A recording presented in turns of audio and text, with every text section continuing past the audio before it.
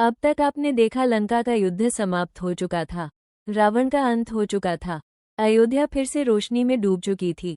लोग खुश थे, दीप जल रहे थे, रामराज्य की शुरुआत हो चुकी थी। लेकिन कभी कभी सबसे बड़ी लड़ाई युद्धभूमि में नहीं, मन के भीतर लड़ी जाती है। और अब भगवान श्रीराम के जीवन में शुरू होने वाला था उनका सबसे दर्दनाक अध्याय। समय धीरे धीरे बीत रहा था। अयोध्या में सुख था, शांति थी, न्याय था। लोग कहते थे ऐसा राजा संसार में कभी नहीं हुआ। लेकिन हर कहानी में कुछ आवाजें ऐसी होती हैं जो धीरे धीरे तूफान बन जाती हैं। एक रात नगर के कुछ लोग नदी किनारे बैठे बातें कर रहे थे। तभी एक व्यक्ति क्रोध में बोला, मैं कोई राम नहीं हूँ जो अपनी पत्नी को दूसरे के घर से आने के बाद स्वीकार कर लूं। ये सुनकर आसपास बैठे लोग शांत हो गए। किसी ने विरोध नहीं किया, क्योंकि उनके मन में भी कहीं न कहीं वही प्रश्न था। और दुर्भाग्य से उसी रात राम साधारण वेश में नगर का हाल जानने निकले थे। उन्होंने अपने ही नगरवासियों के मुख से ये शब्द सुन लिए। उनके कदम वहीं रुक गए, आंखें स्थिर हो गईं, जैसे समय अचानक थम गया हो। राम जानते थे सीता पूर्णतः पवित्र है। उन्होंने अग्नि परीक्षा दी थी, देवताओं ने स्वयं उनकी पवित्रता स्वीकार की थी। लेकिन एक राजा का जीवन उसका अपना नहीं होता। राम धीरे धीरे वापस महल लौटे। लेकिन उस रात अयोध्या का सबसे शक्तिशाली राजा अंदर से टूट चुका था। महल में पूर्ण शांति थी, सभी सो चुके थे, लेकिन राम अकेले बैठे थे। सामने जलता दीपक और आंखों में अथाह पीड़ा। वे बार बार सीता की ओर देखते, जो निश्चिंत होकर सो रही थी। उन्हें क्या पता था कि भाग्य फिर करवट लेने वाला है। हम धीरे से बोले, मैंने युद्ध जीता, लेकिन शायद जीवन हार गया। उनकी आंखों से आंसू बह निकले।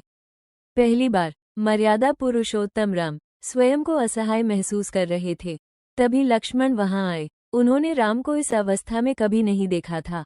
लक्ष्मण घबरा गए, भैया क्या हुआ? राम कुछ देर मौन रहे, फिर भारी स्वर में बोले, लक्ष्मण कल प्रातः सीता को वन छोड़ाओ। ये सुनते ही लक्ष्मण जैसे पत्थर बन गए।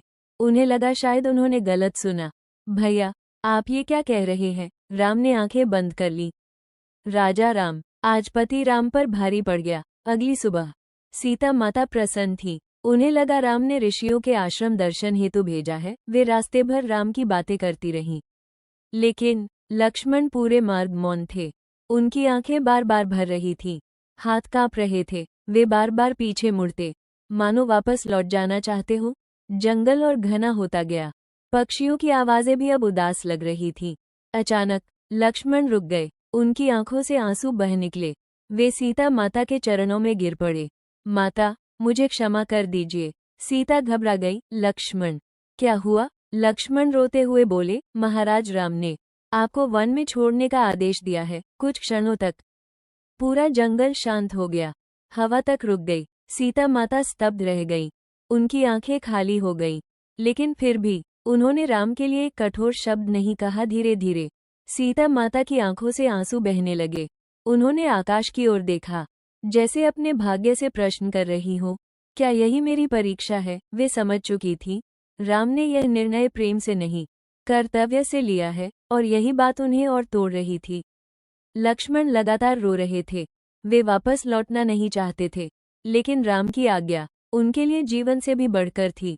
सीता माता ने कांपते हाथों से लक्ष्मण के आंसू पोंछे और मुस्कुराकर बोली, जाओ लक्ष्मण, अपने भैया का ध्यान रखना। ये सुनकर लक्ष्मण फूट फूट कर रो पड़े। बारिश शुरू हो चुकी थी। अयोध्या की महारानी अब जंगल में अकेली खड़ी थी। उसी समय महर्षि वाल्मीकि वहां पहुंचे। उन्होंने ध्यान लगाकर सब जान लिया। उनकी आंखों में करुणा भर आई। उन्होंने सम्मानपूर्वक कहा, पुत्री अब यह आश्रम ही तुम्हारा घर है। धीरे धीरे सीता माता आश्रम में रहने लगी। वे बाहर से शांत थी, लेकिन हर रात राम को याद कर रोती थी। उधर अयोध्या में राम भी अकेले हो चुके थे। दोनों जीवित थे, लेकिन बिना एक दूसरे के। अधूरे समय बीतता गया, और एक दिन आश्रम में दो बालकों की किलकारी गूंजी, लव और कुश। पूरा आश्रम प्रसन्न हो उठा। वाल्मीकि जी ने दोनों को अपने पुत्रों समान पाला। उन्होंने उन्हें शास्त्र सिखाए, धनुर्विद्या सिखाई, और सबसे बढ़कर राम की कथा सुनाई। दोनों बालक जब रामायण सुनते तो उनकी आंखें चमक उठती। उन्हें नहीं पता था कि जिसकी वीरता पर वे गर्व करते हैं, वही उनके पिता हैं। उधर अयोध्या में हनुमान सब समझ रहे थे। राम बाहर से राजा थे, लेकिन भीतर से टूट चुके थे। एक रात हनुमान चुपचाप राम के कक्ष के बाहर बैठे थे। राम आकाश की ओर देख रहे थे और उनकी आंखों से आंसू बह रहे थे। हनुमान का हृदय कांप उठा। उन्होंने मन ही मन कहा, प्रभु, आपने संसार को सुख दिया, लेकिन स्वयं सब खो दिया। उस रात दो भक्त रो रहे थे, एक अपने प्रेम के लिए, दूसरा अपने प्रभु के लिए। लेकिन वर्षों बाद भाग्य फिर सबको आमने सामने लाने वाला था, क्योंकि राम के ही पुत्र अब राम को युद्ध की चुनौती देने वाले थे। क्या राम और उनके पुत्र एक दूसरे को पहचान पाएंगे? क्या वर्षों बाद राम और सीता फिर मिलेंगे? और आखिर कैसे लवकुश ने पूरी अयोध्या को चुनौती दी?